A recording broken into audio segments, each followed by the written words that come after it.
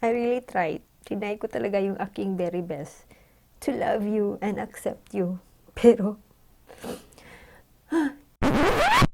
hey friendships, it's Sharon and welcome back to Beauty and Beyond.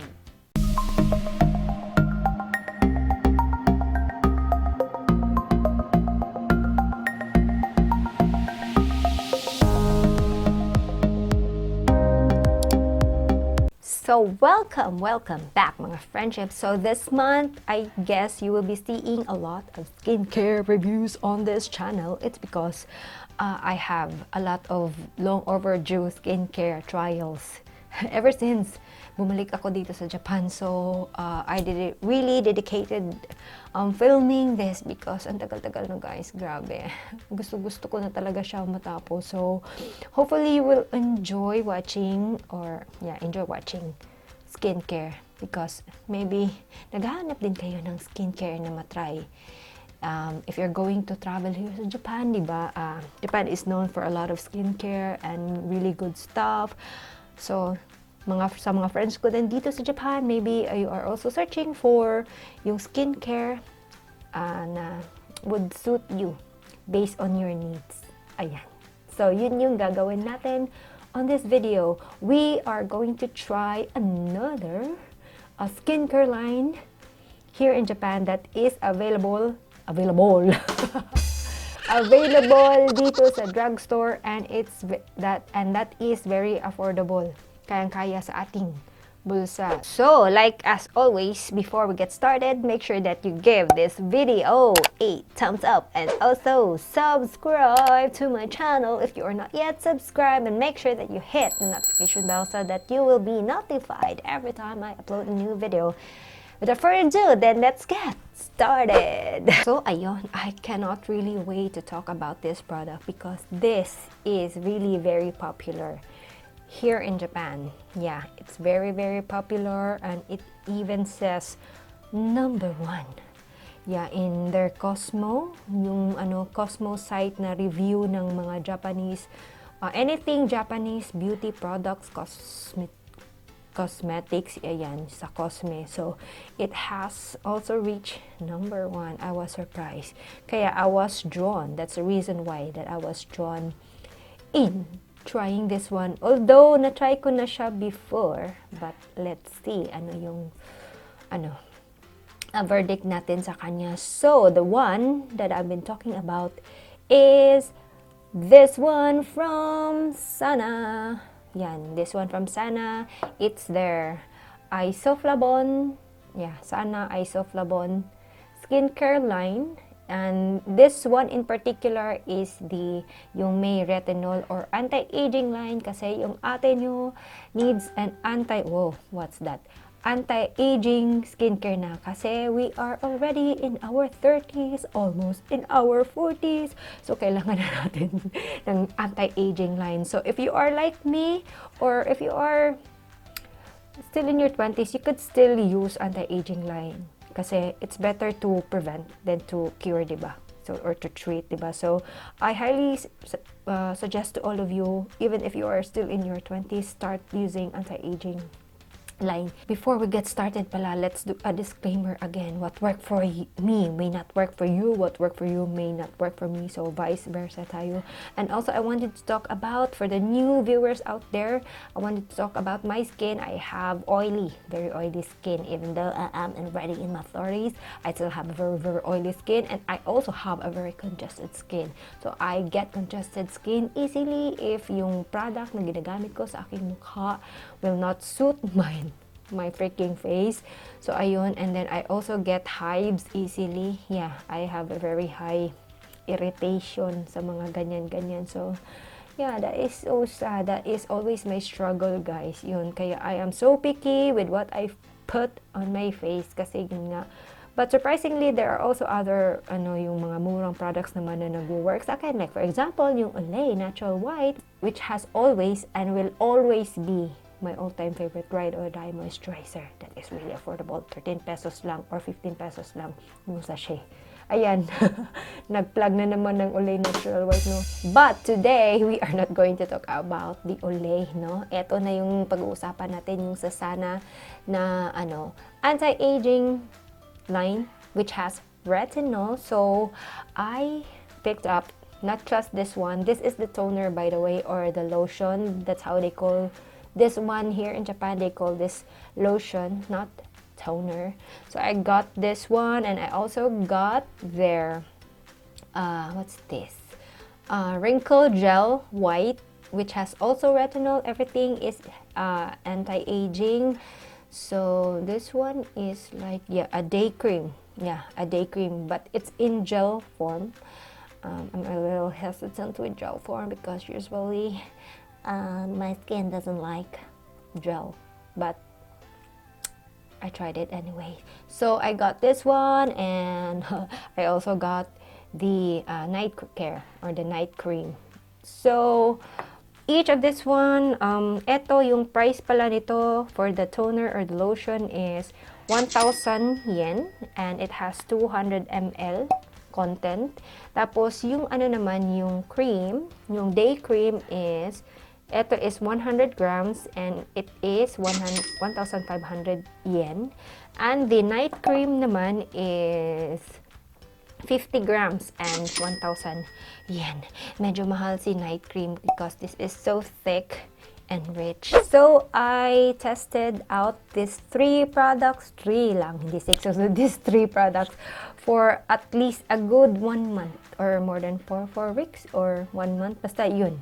I really tried my hardest to try this for like that. Para ano, kasi usually sa 2 weeks nagre-react na yung skin natin, but I wanted to prolong it para ano, to give the product a really good chance naman, diba? To be fair with the product. So, like I always do, I will be inserting clips from the beginning, yung before ko pa siya ginamit, and then up until like weekly na update. So, let's see it. This is going to be our starting point using the Sana Isoflavon skincare set. So, excuse my face because I have a very huge friend going on here because it is the time of the month. Lumalabas talaga sila kasi meron din dito. So, iwi ito. Tapos ito, ano na, patapos na, but it is still pretty red, and I don't know if you can see my face clearly, but this is the clearest that I could get because I'm only using my phone. So this is our before, guys. So I don't know if you are able to see, but I have some my issue is I have some wrinkly under eye and very dry under eye whenever I am here in Japan. So this does not happen if I am in the Philippines because it is so humid there. So I don't know, it's really weird. I felt weird too, but yeah, my concern here, although I don't know if you could really see it well, you know, I have wrinkly here, and I am also wrinkly here because I am already in my late 30s, so it is inevitable that I will have wrinkles here on this area. And I don't know if you have noticed, but I also have a smile lines going on here. So I have large pores here, and I don't know if you could notice, but my skin looks pretty saggy compared to like when I was still in 20. So it is not that taut anymore, and I have some, you know, ito, so obvious large pores going on this area, on my T-zone area. So yeah, this is our starting point. So we'll be doing a week update on this one from Sana. So this is how my face is looking currently. So as you remember from the last from the initial video that we have, you could see my spots there that is raging big. Up until now, meron pa rin sila. It's still there, but it's, you know, has subsided na. Nag-flatten na sila dito, tsaka dito. It is only red. But this update, I will be talking ano ba yung mga results or changes that I've seen while using this one after a week. So right off the bat, I could say that while using this one, I did not see, this is a brightening one by the way, so I did not see any brightness, although it's still a week, but I did not see any brightness at all. And although it did not, all of them, 3 of them did not irritated my friends here, but the most, yung significant talaga na na-observe ko while using this one is that yung pinaka anong tawag yan? I forgot what it's called. The one that I am very scared of. Ayan, hindi na tayo mag-Tagalog kasi nahihirapan akong mag-find words in Tagalog niyan. So the one that I'm really scared of or skeptical about while using, because diba, if you've watched my videos before, I don't use usually skincare from Japan because it makes my face or it makes my skin congested. So after a week, ayan, yung kinakatakutan ko is happening. I have a lot of, I don't know if you could be able to see, but I have a lot of congestions here. Ayan, oh. There are whiteheads and blackheads forming, and I also have a big one here, but I already popped it out. Dalawa dito, and then I also have a lot of congestions here. So this is expected. Kasi yun nga, whenever I use skincare from Japan, this usually happens. I don't know, for some what reason. Maybe their skincare is too rich. And also, I don't really have problems here in my cheeks usually, but now I have some congestions going on here. Ayan, some yung parang pimples na magpo-form tapos hindi nag-form. So ayan. And I also have some whiteheads going on here, and oh my god, also here on my forehead. I don't know if you are able to see this one. And then here on my eyebrows, I have some congestions going on, whiteheads, blackheads, and small pimples that are not coming out. Ayan, so parang nasa underneath ng skin lang. So ayan, I don't know if you could be able, you are seeing this, but I have a blackhead here and I don't have blackheads. So I don't know if will be using this until a month, because I am planning to use this for a solid 1 month talaga to see its effectiveness. But I'm a little worried already right now because of this situation going on in my skin, whiteheads and blackheads. So I'm still gonna push through and hopefully mag-subside siya. Right now I am using a cleanser that has AHA on it, and I'm planning to get one that has BHA as well. So hopefully it will help with the congestion of my skin, but if not, I will stop at the 2-week mark of using this one. So hopefully the congestions will be remedied. So again, this is our first big update, and I'm not so happy with it, guys. Today I wanted to do a second week update on the Sana Isoflavon skincare line. So oh my god, what do I think about my second week of using this? So I'm just gonna show you what is happening on my face right now. So this is how my skin looks like right now. For me, if I'm going to compare it last week, for me there is not much changes at all.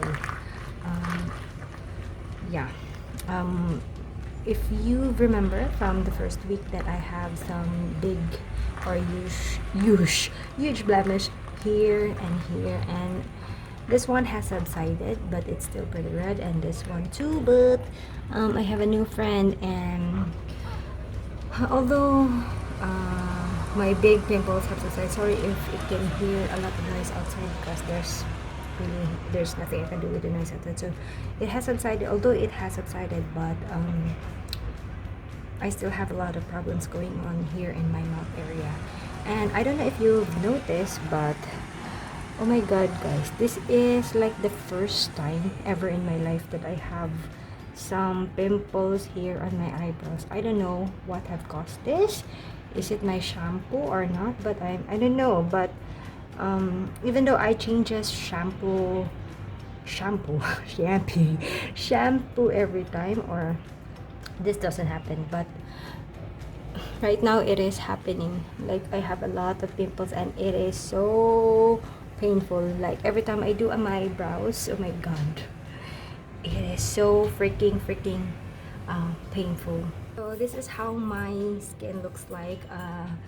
I don't know, but I don't know if there are any significant changes on my wrinkly or dry, although my under area is not that dry, but it still has some, you know, wrinkly. I don't know, it was weird, but it looks a little wrinkler than before.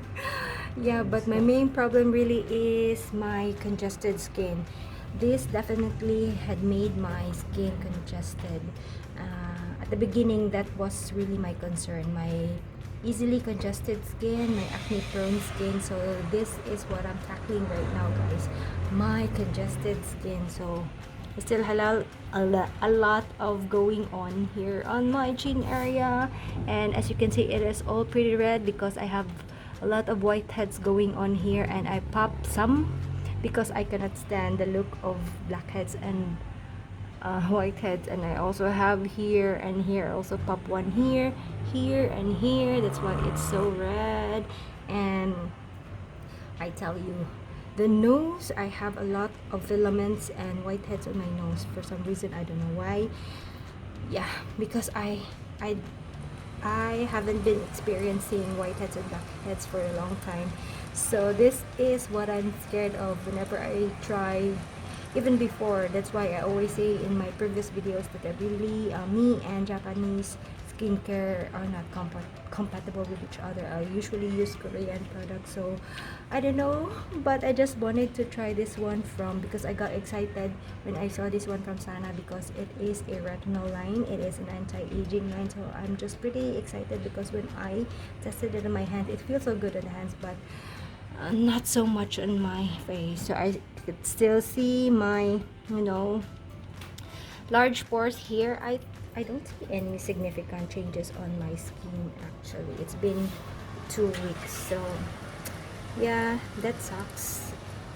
But I don't know if I'm going to continue it for like another week or a month because I am really concerned with the blackheads and the whiteheads and the situation here. I haven't I don't know, but yeah. And also my eyebrow areas, it is so bad.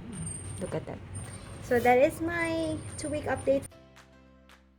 Hello friends, I'm back after the 3rd week of using the Sana Isoflavon skincare. So as you can see, look at my chin area. It is so congested here. Overall, my skin texture is not smooth at all. It's so rough. Ayan, ang dami kong spots sa cheek, and also here on my forehead. Ayan, bumabalik na naman sila. My god, I don't know what is happening, but yan, I have a lot of congestion on my nose still, and I'm not so happy about this. Yeah, this is not a happy 3rd week of using this one. So yeah, I think that's it for our 3rd week update. And yeah, I really don't like, my skin looks so dull at the moment, I feel. Hi friends, so today I will be doing an update on the Sana anti-aging line. I'm so glad that I have the patience to finish this skincare. This is how my face is looking like. The big spot, the last time, I don't know where was my big spot, here or here, but it's gone. But I have a new one here. Although it has become a little plumper, but my skin or my face has also become more congested. Yeah, very congested, guys. And I don't know if you can see. Yeah, there. I have a lot of whiteheads and blackheads going on. I haven't gotten any of this for the longest time ever. Ngayon lang. So, if we look at on this side, medyo hindi masyado, but on this side, it's very prominent. And yeah, my nose looks so hideous. Ayan. Diba? My nose is not like this, but look at it, guys. Grabe, super congested. My mouth, I don't know if you are able to see, but you know, small bumps, tiny bumps. Hello, I could see the inside of my nose. But yeah, and then the forehead situation, I had my forehead cleared, but now it's not clear anymore. Up to here. Ayan, diba? So, whew. I also wanted to mention that after the 3rd week, I decided to change my soap. I also decided to add some AHA and BHA on my routine, and also I also changed the toner. I stopped using the toner like after the 2nd or the 3rd week. I totally forgot because I could not really stand the toner anymore. It's just too thick to my liking. That's why if I do not stop using toner, and if I do not stop using it, and if I did not start using AHA and BHA and a different soap, most probably my face would get more congested than this one. So, ayun na nga mga friendship. As you have seen from the last clip, I wasn't so happy with this one, with this product. Kasi yun nga, it made my skin very congested. Diba? Na-mention ko at the beginning of this video that I've tried this before, but yung na-try ko is not the anti-aging one, yung regular lang na na moisturizer, tsaka yung toner nila. And my experience with that one wasn't good. I did got a lot of whiteheads from that one as well, tsaka breakouts. So, but since iba siya, when I saw this, iba kasi siya, it is an anti-aging, baka nagbago. Tapos may retinol din, diba? Retinol is very good for like, pag meron ka ding congested skin, ganyan, and then with, basta maganda din. So, I was hoping na it will not make my skin congested, but sadly, hindi nangyari yon. It made my skin congested, and it added to my problem. Happy na sana ako when I tried the Kose, yung yung toner, diba? Happy na ako noon kasi it worked for me, and it did not break me out. It did not make my skin congested.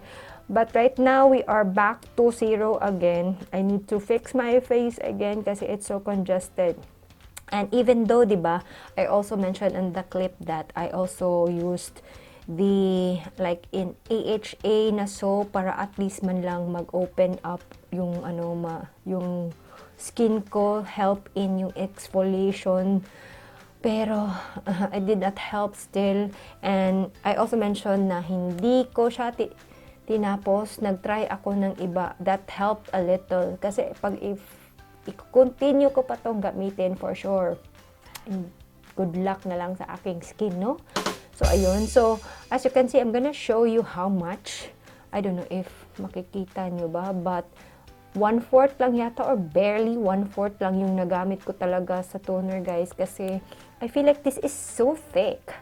Yeah, it's very thick na when I touch yung parehas siya ng formulation ng hadalabo, yung isang hadalabo, yung white na hadalabo na whenever you touch your skin, parang nahihila mo talaga yung yung skin ng face mo. That's how thick it is. So, right out of the bat, yung first application pa lang, parang merong feeling na talaga ako na this will not be good. But since our dedication in reviewing a product, so I really was very patient and dedicated to finish or at least try this for a month. But hindi nga nangyari, mga lang, 2nd week lang nag-stop na ako kasi hindi ko na talaga kaya. And so I continued using the creams, like the day cream and the night cream.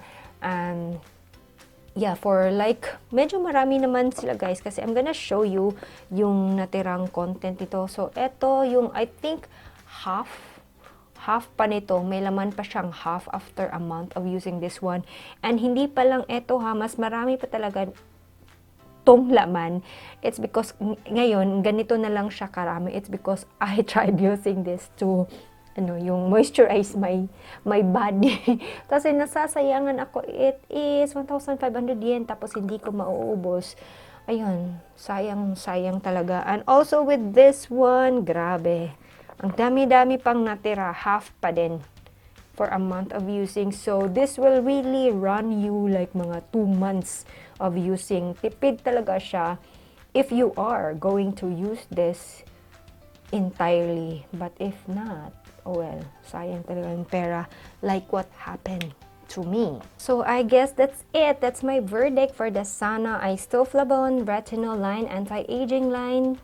And if you have the same skin type like me, easily congested, oily skin, then I'd rather not recommend this on you. But if you have like normal to dry skin, and then normal lang din yung skin nyo, hindi siya nagko-congest. Kasi my friend Lota, whenever I don't like any product and tapos medyo problematic siya sa aking skin, I give it to Lota and okay naman sa kanya. So if you have the same skin like Lota, dry skin, no problem at all, non-problematic, ayun, definitely you could try this one from Sana because it is really very hydrating and moisturizing naman. So I guess mga friendships, that's it for today's video. And if you have any question regarding, kasi somebody might be still interested in getting this one, just feel free to leave it in the comment section down below. I'm gonna answer those if you have any questions. Ayan, suggestions, mag-suggest naman kayo kung ano yung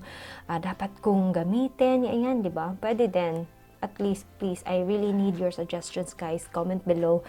Ayun. So I think that's it for this video, and I hope you enjoyed watching, and I also hope that you have learned something as well. So thank you so much for watching, and always remember that makeup is not a mask worn to hide oneself, but rather it makes you a better you. Thank you always, and I hope to see you on the next one. Bye!